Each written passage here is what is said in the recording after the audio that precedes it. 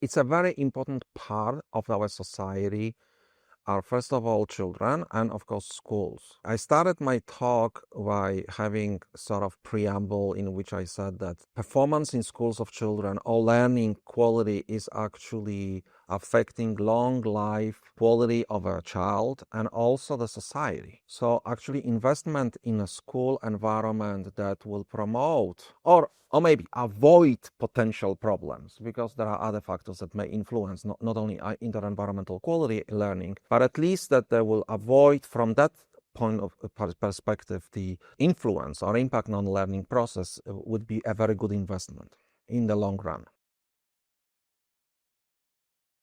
The point that I wanted to make today is that we have sufficient evidence documenting what conditions are optimal for the learning of children. Maybe in the future, when the new results are coming, we ought to adjust those numbers. But this is what we have, has been those numbers or results or recommendations are coming from the body of data that from different groups. I think it's fairly good, robust, and we should probably follow that by modifying the regulations and recommendations for industry and building designers, architects, and so on, and also for the school managers and facility managers in schools. And an example of that is that I didn't present today is that in Denmark there is a guideline, industrial guideline for school ventilation, which actually follows some of the recommendations that I was presenting today. So I showed what should be the temperature levels, and I discussed the temperature levels with respect that in temperate climates maybe they are lower, but maybe higher in the in other regions. But nevertheless, if you elevate temperature, there will be negative effects. Air quality, and then I used CO2 as a marker. So low levels of CO2 would indicate good conditions, high, poor conditions. Acoustic, that would be reverberation time and background noise.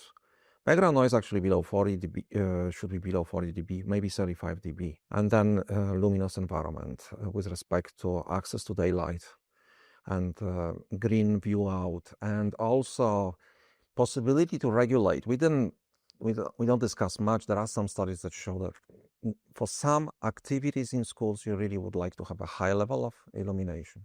That was one point. So I was making a point that we know that. So now, how to implement this? So there's another question, is how we document that is actually achieved. So the point that I was making is that there are numerous methods of measuring learning performance, from attainability, cognitive tasks, and exams, and all that stuff. Even the teachers and educators are discussing how to do this. So we really need to benchmark indoor environmental quality and compare it against the information that we have from the studies there, and probably use some benchmarking tools. I was referring to our TAIL rating scheme that we modified for schools, but it can be any other benchmarking tool, rating school, that really provides information on all those 4 components that I was talking about of indoor environmental quality. And then in the end, I was actually asking what should be done.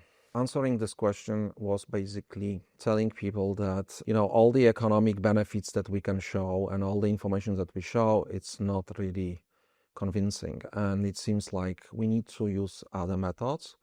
And I was referring to the, method of using the citizen science approach, where we involve actually students and teachers in the process of benchmarking schools, educating them and educating us about the levels of all the conditions in schools, which then will promote actions. I also was talking about that we really need to have a very high ambitions, but in the end, we need to moderate those ambitions. Similarly to WHO, the WHO does not tell you that tomorrow you have to achieve 5 micrograms per cubic meter.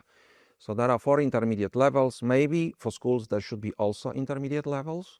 So we need to actually, what we really need to do is we need to create some sort of intermediate levels, like advise schools what they should do now if they cannot afford retrofitting the school, for example, with ventilation system. The biggest problem for the schools in the future, except for the air quality and infection control, I think if infection control make it through, we would be probably better off on the air quality aspect. And if we go with the avenue of ventilation, well, because avenue of filtration and disinfection probably will not provide that effect on air quality complete. But I think what really needs to be tackled on is what we do for the elevated temperatures, which certainly will be a problem in our climates, probably for shorter periods than we would expect.